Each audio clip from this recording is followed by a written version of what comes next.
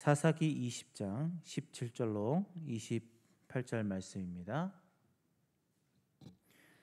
제가 한 절 읽고 여러분들이 한 절 읽고 교독하도록 하겠습니다. 사사기 20장 17절부터 28절까지 말씀입니다. 제가 먼저 읽겠습니다. 베냐민 자손 외에 이스라엘 사람으로서 칼을 빼는 자의 수는 40만 명이니 다 전사라. 이스라엘 자손이 일어나 베델에 올라가서 하나님께 여쭈어 이르되 우리 중에 누가 먼저 올라가서 베냐민 자손과 싸우리이까 하니 여호와께서 말씀하시되 유다가 먼저 갈지니라 하시니라. 이스라엘 자손이 아침에 일어나 기브아를 대하여 진을 치니라. 이스라엘 사람이 나가 베냐민과 싸우려고 전열을 갖추고 기브아에서 그들과 싸우고자 하매 베냐민 자손이 기브아에서 나와서 당일에 이스라엘 사람 2만 2천 명을 땅에 엎드러뜨렸으나 이스라엘 사람들이 스스로 용기를 내어 첫날 전열을 갖추었던 곳에서 다시 전열을 갖추니라. 이스라엘 자손이 올라가 여호와 앞에서 저물도록 울며 여호와께 여쭈어 이르되 내가 다시 나아가서 내 형제 베냐민 자손과 싸우리이까 하니 여호와께서 말씀하시되 올라가서 치라 하시니라. 그 이튿날에 이스라엘 자손이 베냐민 자손을 치러 나아가매 베냐민도 그 이튿날에 기브아에서 그들을 치러 나와서 다시 이스라엘 자손 18,000명을 땅에 엎드렸으니 다 칼을 빼는 자였더라. 이에 온 이스라엘 자손 모든 백성이 올라가 베델에 이르러 울며 거기서 여호와 앞에 앉아서 그날이 저물도록 여호와 앞에 드리고 이스라엘 자손이 여호와께 물으니라. 그때에는 하나님의 언약궤가 거기 있고 엘르아사의 아들 비느하스가 그 앞에 모시고 섰더라. 이스라엘 자손들이 여쭈기를 우리가 다시 나아가 내 형제 베냐민 자손과 싸우리이까 말리이까 하니 여호와께서 이르시되 올라가서 내일은 내가 그를 네 손에 넘겨주리라 하시는지라. 아멘. 자, 우리 앞뒤 분들 또 좌우로 우리 인사합시다. 메리 크리스마스. 네, 주님이 오심을 기다리며 기쁜 하루하루를 보내길 소원합니다. 자, 오늘은 무엇이 먼저인가 라는 제목으로 같이 은혜를 나눴으면 좋겠습니다. 자, 사사기를 쭉 읽어보면 사사기를 가장 잘 표현한 말씀이 있습니다. 사사기 21장 25절 말씀, 사사기의 가장 마지막에 있는 말씀인데 이렇게 말하고 있습니다. 그때 이스라엘에 왕이 없으므로 사람이 각기 자기의 소견에 오른 대로 행하였더라. 아멘. 사사 시대 때의 그 현상을 가장 잘 표현한 것 같습니다. 그러니까 그들에게는 왕이 없다라는 것은 실은 이제 육체적인 왕을 이야기하겠죠. 그러나 실상은 그들에게 진짜 왕이 없는 것이 아니라 하나님이 왕 되십니다. 그럼에도 불구하고 그들은 하나님을 왕으로 섬기지 못하고 인간을 왕으로 섬기고 싶은 마음들이 그들 안에 있었기 때문에 그들 안에 인간의 왕이 없다라고 스스로가 이야기하고 그것에 대해서 나중에는 요구하고 있는 것입니다. 그래서 그들은 각자가 맞다고 생각하는 바를 그대로 행하며 살았던 것이죠. 그래서 사사기를 읽어보면 분명 하나님의 뜻대로 사는 것 같아요. 그러니까 하나님의 말씀대로 사는 것 같은데 뭔가 조금씩 이상합니다. 가령 하나님을 섬기는데 하나님께서 무엇을 말씀하셨냐면 우상을 만들지도 말고 섬기지도 말라라고 이야기했습니다. 그런데 사사기 17장 3절 말씀에 보니까 미가가 은 1,100을 그의 어머니에게 도로 주매 그의 어머니가 이르되 내가 내 아들을 위하여 한 신상을 새기며 한 신상을 부어 만들기 위해 내 손에서 이 은을 누구에게? 여호와께 거룩히 드리노라. 그러므로 내가 이제 이 은을 네게 도로 주리라. 아멘. 뭔가 이상하지 않습니까? 우상을 만들기 위해 누구에게 예물을 바치고 있는 것이죠? 여호와께 바친다라고 하잖아요. 우상을 만들기 위해서, 신상을 만들기 위해서. 그런데 어떻게 그것이 여호와께 드리는 것이 될까? 그리고 더 중요한 것은 뭐냐? 그 신상을 섬기며 제사를 드린다라는 거예요. 누구에게? 여호와께. 하나님은 분명히 우리에게 말씀하셨습니다. 우상을 만들지도 말고 섬기지도 말라라고 얘기했죠. 그런데 그들은 우상을 만들며 그 우상이 여호와인 것처럼 하나님인 것처럼 섬기고 있는 것입니다. 그래서 사사기의 실상을 보여주는 아주 대표적인 사건이죠. 그리스도인 같으면서도 그리스도인이 아닌 뭔가 이상한 삶들을 살아가고 있는 것입니다. 자, 이런 상황 속에서 오늘의 이제 배경을 살펴보면 좀 깁니다. 좀 주의 깊게 잘 들어주셨으면 좋겠어요. 한 레인이 나옵니다. 그래서 이 레인이 첩을 맞이해요. 그러니까 첩이라는 것은 자기 아내 외에 다른 사람을 이제 아내로 맞이하는 건데, 이게 하나님께서 원하시는 길이 아니었어요. 그럼에도 불구하고 그 레위는 첩을 맞았습니다. 그런데 이 첩이 성경에는 뭐라고 했냐면 행음했다라고 얘기하더라고요. 그러니까 다른 남자와 잠자리를 같이 해서 그가 어디로 갔냐? 자기의 집으로 갔어요. 근데 이것을 뭐 원어적으로 살펴보고 여러 가지 살펴보면 행음했다라고 보기도 하지만, 또 한 가지는 그 여인이 화가 났다라고도 표현하고 있더라고요. 뭐 어찌 됐든 그곳에서의 삶들을 정리하고 자기의 고향집으로 돌아갑니다. 레인이 넉 달 동안은 가만히 있다가 이제는 데려와야 되겠다 싶어서 그 첩의 집으로 갑니다. 집에 가가지고 그곳에서 여러 가지 이제 이야기를 하면서 장인어른과 여러 가지 담소를 나누고 좋은 시간을 보냅니다. 보통 외부인이나 또 여러 사람들이 집에 오면 한 3일 정도는 머물게 합니다. 그래서 성대하게 음식을 베풀고 서로 교제하는 시간들을 갖죠. 그런데 여기서는 3일이 지나고 4일이 지나고 5일째 되는 날까지도 붙잡고 그와 함께 좋은 교제를 나누려고 그 장인이 붙잡았습니다. 그리고 나서 어떻게 했습니까? 이 레위는 이제 도저히 지체할 수 없다라고 하면서 저녁이 다 되는 그 시간에 자기의 종과 첩을 데리고 이제 고향으로 돌아오려고 합니다. 자, 그런 관계 속에서 그들이 와가지고 기브아라는 어떤 성읍에 들어가게 되고, 기브아에서 한 노인을 만나게 되죠.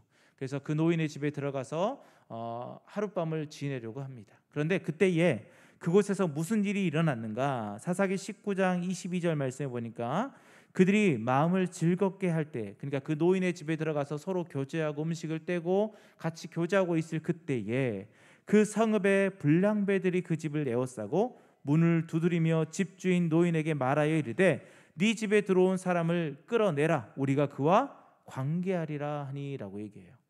그러니까 그 성읍의 불량배들이 그 집을 에워쌉니다. 그리고 레인을 끌어내라고 하죠. 왜요? 관계, 이거 동성 관계를 의미합니다. 그 관계를 맺겠다라고 하죠. 그러다가 그 주인이 그 첩을 바깥으로 내놓게 되고 그 첩이 불량배들에게 시달리다가 나중에는 문지방까지 왔는데 그곳에서 죽음을 맞이하게 됩니다.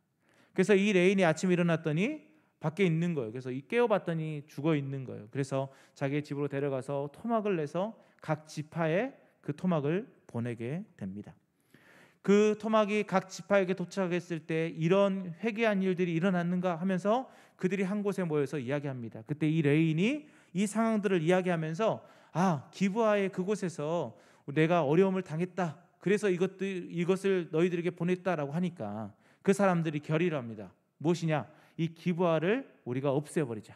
그러니까 그 기브아라는 곳은 베냐민 지파입니다. 그래서 베냐민 지파 전체를 지금 상대하겠다라고 이제 결단을 하게 된 거죠. 자, 이게 이제 배경인데 좀 길었습니다.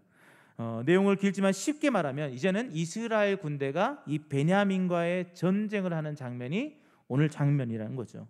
그런데 오늘 중요한 포인트가 있습니다. 그게 뭐냐? 이스라엘 군대는 베냐민과의 전투에 앞서서 무엇을 먼저 하냐? 하나님께 기도를 먼저 합니다. 그러니까 전투에 앞서서 하나님께 기도를 먼저 하죠. 그래서 하나님께서 뭐라고 대답하시냐? 20장 18절 하반절에 이렇게 말하고 있습니다. 여호와께서 말씀하시되 유다가 먼저 갈지니라 라고 얘기해요. 그러니까 하나님께 기도를 했어요. 하나님의 응답을 받았네요. 그러면 어떤 일이 있어야 됩니까? 하나님께 기도를 했고 응답을 받았어요. 그러면 전쟁에 나갔으면 뭘 해야 되죠? 승리를 해야 되지 않습니까? 자, 21절 말씀. 베냐민 자손이 기브아에서 나와서 당일에 이스라엘 사람 22,000명을 땅에 엎드려 뜨렸으나, 그러니까 22,000명의 이스라엘 백성이 죽임을 당했다라는 거예요. 하나님께 기도했어요. 그래서 하나님께서 응답을 했어요. 그리고 전쟁에 나갔는데 졌어요. 졌습니다. 참패를 당했어요. 하나님의 뜻대로 간 것이 아닙니까? 하나님이 말씀하셨잖아요. 그런데 그들은 참패를 당했어요. 기도했고 응답받았는데 졌습니다. 그 이유가 뭘까요? 본문을 묵상해 보면 그 이유를 알 수 있습니다. 자, 우리가 먼저 그래서 선행되어야 되는 건 기도만 한다고 다 되는 것이 아니라 선행되어야 되는 것이 무엇인지에 대해서 우리가 살펴보았으면 좋겠습니다. 자, 그러면 먼저 살펴볼 것은 어떤 것이 선행되었을 때 우리가 된다라고 생각하지만 실제로는 되지 않는 것들이 있습니다. 그 첫 번째가 뭐냐? 능력이 먼저가 아니라는 거죠. 우리가 생활하는 이 세상에서는 능력이 먼저가 될 수 있습니다. 능력자가 대우를 받고 그 능력을 갖고 있는 사람들이 스펙을 많이 쌓고 그거의 전문 분야를 갖고 있는 사람들이 쓰임을 많이 받습니다. 그러나 하나님의 영적인 전투에서는 이 능력이 필요치 않다라는 거죠. 자, 사사기 20장 17절 말씀. 베냐민 자손 외에 이스라엘 사람으로서 칼을 빼는 자의 수는 40만 명이다 라고 얘기해요. 40만 명. 40만 명. 이스라엘 백성의 수가 40만 명이에요. 전쟁에 나가서 전투를 하는 40만 명. 근데 베냐민 자손은 몇몇 명이냐면 26,700명밖에 안 돼요. 40만 대 26,000이에요. 상대가 되지 않습니다. 능력 면에서 보면 베냐민 자손은 상대가 되지 못하죠. 그래서 당당함일까요? 그들이 이스라엘 자손들이 어떻게 기도하는가를 봐야 돼요. 어떻게? 자, 18절 상반절 말씀에 이렇게 기도합니다. 이스라엘 자손이 일어나 베델에 올라가서 하나님께 여쭈어 이르되, 뭐라고 합니까? 우리 중에 누가 먼저 올라가서 베냐민 자손과 싸우리까? 라고 해요. 하나님, 우리는 40만 명이나 되고 저기는 26,700명, 26,000명밖에 안 돼요. 저기는 우리 한 지파가 나가도 충분히 이길 수 있어요. 누가 나갈까요? 자, 하나님이 한 명 지목해 주세요 라고 하는 거예요. 그들이 가지고 있는 그 능력을 믿었다라는 거죠. 그 권력, 그 힘, 그 모든 것들을 가지고 나가면 상대를 충분히 이길 수 있을 거라고 생각했습니다. 비슷한 사건이 있죠. 아이성 전투. 아이성은 조그마한 성이었습니다. 충분히 이스라엘 민족들이 무너뜨릴 수 있었죠. 그런데 그곳에서 참패를 당하고 말았습니다. 물론 그들 안에 죄악이 있었기 때문이죠. 또한 기드온의 300용사를 우리가 기억해야 됩니다. 미디안 군대와는 비교가 되지 않는 그 300용사가 이 미디안 군대를 다 죽일 수 있었던 이유가 무엇입니까? 하나님이 함께 하셨기 때문이죠. 숫자의 싸움이 아니라는 거예요. 하나님의 싸움, 하나님의 영적인 그 싸움은 능력의 싸움이 아니라는 거죠. 인간의 능력이 아무리 뛰어나도 한순간에 무너뜨릴 수 있고, 인간의 능력이 아무리 나약할지라도 하나님은 그 나약함을 통해서도 역사하실 수 있다라는 것입니다. 그래서 우리는 능력만 믿고 까불다가는 큰 코를 다친다. 우리의 능력이 먼저가 아니라는 것을 하나님께서 말씀하고 있는 것입니다. 자, 두 번째는 명분이 먼저가 아니라는 거예요. 명분. 자, 오늘 13절 말씀에 이렇게 말하고 있어요. 그런즉 이제 기브와 사람들 곧 그 불량배들을 우리에게 넘겨주어서 우리가 그들을 죽여 이스라엘 중에서 악을 제거하여 버리게 하라 하나 베냐민 자손이 그들의 형제 이스라엘 자손의 말을 듣지 아니하고 라고 되어 있습니다. 자, 왜 이걸 갖고 왔냐? 자, 이스라엘 자손에게는 확실한 명분이 있었다라는 거예요. 왜요? 그 불량배들이 죽이지 말아야 될 사람들을 죽임으로 인해서 이 사건이 발생했기 때문에 그들의 그 타락성이 있어서 그들을 멸할 수 있는 명분이 있었다라는 거죠. 그래서 베냐민과의 전투는 어쩌면 당연한 전투였는지도 모릅니다.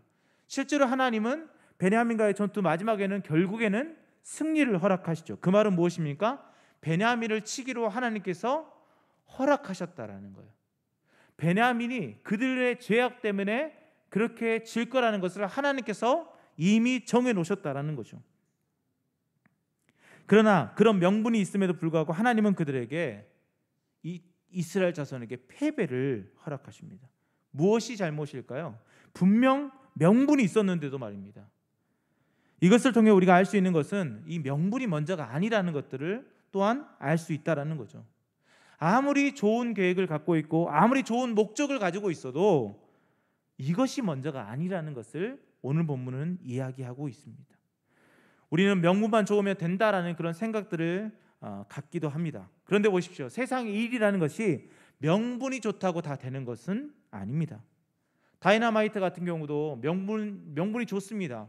어떤 일을 할 때 그것들을 다 이렇게 파괴시켜서 그것을 쉽게 할 수 있도록 다이너마이트를 만들었지만 그것이 살상 무기로 변화되어서 많은 사람들을 죽이게 됐지 않습니까? 그것처럼 명분이 좋다라고 모든 것들이 잘 된다 있다라고 생각해서는 안 됩니다. 우리에게도 다양한 명분들이 존재합니다.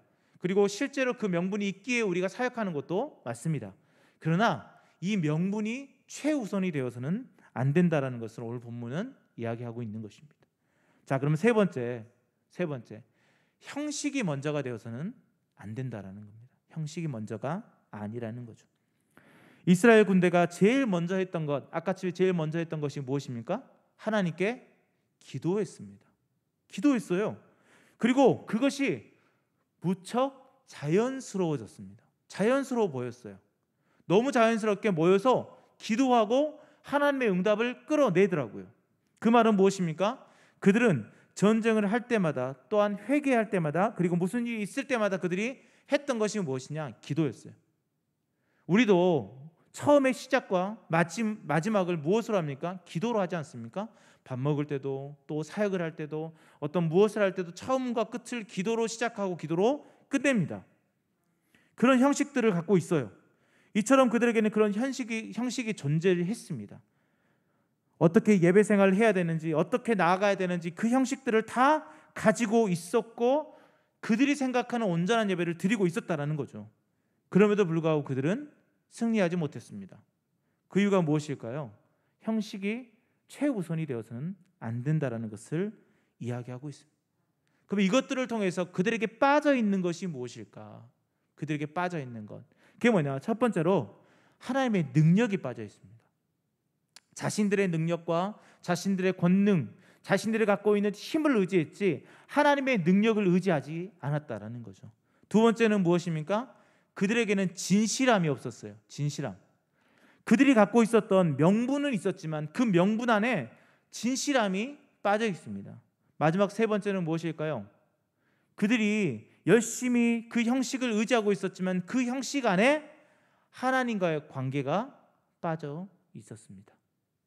세 가지입니다. 하나님의 능력이 빠져 있었고, 진실함이 빠져 있었으며, 하나님과의 관계가 빠져 있었어요.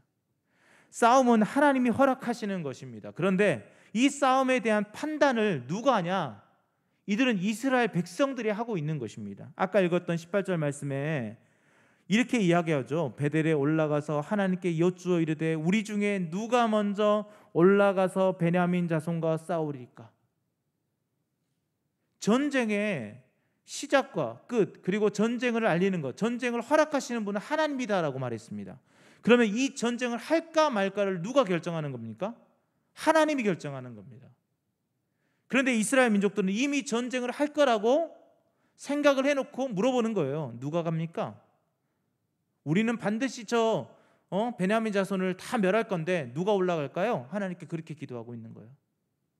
하나님이 먼저 허락하셔야 되는데도 불구하고 그들은 그렇게 기도하지 않고 자신들은 그냥 갈 거니까 누가 갈까요? 라고 교만하게 그 모든 결정을 본인들이 하고 있는 것입니다.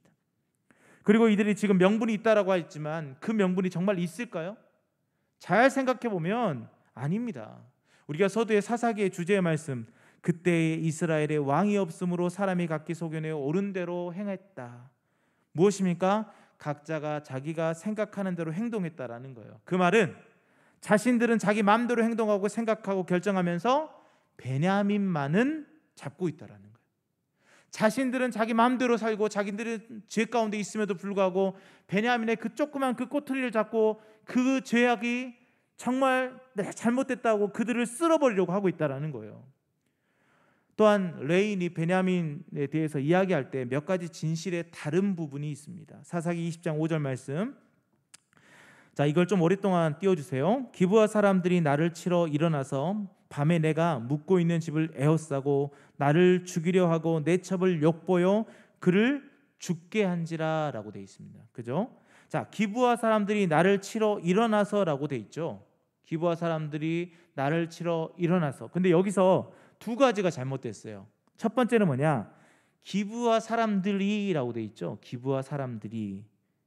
여기서 기브아 사람들이라는 것은 원어적으로 봤을 때 사람이라기보다는 기브아 지도자들이라고 해석하는 것이 조금 더 가깝습니다. 그 말은 뭐예요? 이 레위인이 기브아 사람들, 기브아의 지도자들이라고 표현했다라는 거죠. 그 말은 실제로 그 일을 저지르는 사람들은 불량배인데도 불구하고 기브아의 지도자라고 하는 것은 기브아 전체가 작정하고 이 일을 행했다라고 확대 해석하고 이야기하고 있는 거예요. 진실과 다른 부분이죠. 또한 두 번째가 무엇입니까? 두 번째, 기브아 사람들이 나를 어떻게 하려고? 치러 일어났다라고 했죠. 치러 일어났다. 그리고 나서 나를 죽이려고 했다라고 했어요. 그렇죠? 죽이려고 했다. 실제로 그 불량배들이 이 사람을 죽이려고 했습니까? 아니요. 관계를 가지려고 했죠. 동성으로 이렇게 교합을 하기 위해서 관계를 가지려고 했죠. 그러니까 이 두 가지가 무엇이 차이가 있습니까? 다 죄 아닙니까? 물론 다 죄죠. 그런데 중요한 것은 죽이려고 했던 것과 관계를 가지려고 했던 것은 엄연히 다르다라는 거죠. 그 말은 무엇입니까? 그들이 이거는 명분이 분명해라고 했던 것이 흔들리고 있다라는 거죠. 실제로는 그것이 명분이 될 수 없는 거죠. 전체적인 큰 틀에서 죄를 저질렀던 것은 맞지만 레인이 이야기했던 것이 진실과 조금 다르다라는 것을 의미하고 있습니다. 그 말은 무엇일까요? 그들이 하는 모든 행위들과 그들이 결단하는 모든 것들이 정말 진실에서 갖고 왔다라고 보기 어렵다라는 거죠. 법정에서 우리가 재판을 할 때도 그 진실된 증거가 다른 사람에 의해 오염됐을 때 어떻게 합니까? 그 증거로서의 효력이 없어지는 겁니다. 이처럼 그들에게는 이 진실함이 빠져 있는 거예요. 정확한 팩트가 빠져 있는 것이죠. 또 한 가지 마지막으로 이스라엘 군대가 변화된 모습이 보입니다. 자, 26절 말씀해 보니까 이에 온 이스라엘 자손 모든 백성이 올라가 베델에 이르러 울며 거기서 여호와 앞에 앉아서 그날이 저물도록 금식하고 번제와 화목제를 여호와 앞에 드리고라고 있죠. 자, 이들은 그냥 이제 기도만 하지 않습니다. 우리가 봤을 때는 조금 그래도 온전한 예배로 조금 돌아온 것 같아요. 그래서 그들이 예배할 때 금식도 하고 번제도 드리고 화목제도 여호와께 드리면서 제사다운 제사, 그러니까 예배다운 예배를 지금 드리고 있다라는 거죠. 그런데 이렇게 드렸을 때의 결과를 우리가 보면 확연히 차이가 납니다. 자, 18절 말씀, 여러분 성경책을 보시면 18절 말씀에 이렇게 돼 있죠. 누가 먼저 올라가서 베냐민 자손과 싸우리까라고 돼 있어요. 그렇죠? 여기서는 우린 싸울 건데 누가 올라갈까요? 라고 이렇게 질문하고 있고 23절 말씀에는 내 형제 베냐민 자손과 싸울까요? 라고 해요. 싸우리까? 이 말은 뭐예요? 싸우고 싶은데 하나님 허락해 주세요 라는 거예요. 느낌상으로. 자, 28절 말씀에 뭐라고 합니까? 내 형제 베냐민 자손과 싸우리까? 여기까지 똑같아요. 근데 뒤에는 뭡니까? 말리까? 싸울까요 말까요? 이제 그것의 결정을 하나님이 해주세요라고 바뀌게 된다라는 거죠. 여러분, 이것의 비교를 보면 확연히 차이가 나지 않습니까? 그들이 하나님께 제사다운 제사, 예배다운 예배를 드리기 시작했을 때에 그들이 변화된 기도 제목을 드리게 되더라고요. 이제 주권을 자신들에게서 하나님께로 바뀌게 됩니다. 그래서 하나님께서 그 전쟁의 시작할까 말까를 결정할 수 있는 주권자로 그들이 모든 것들을 하나님께 맡기게 되는 것을 볼 수 있습니다. 사랑하는 성도 여러분, 우리의 삶 속에서요, 사역 속에서 무엇이 먼저일까요?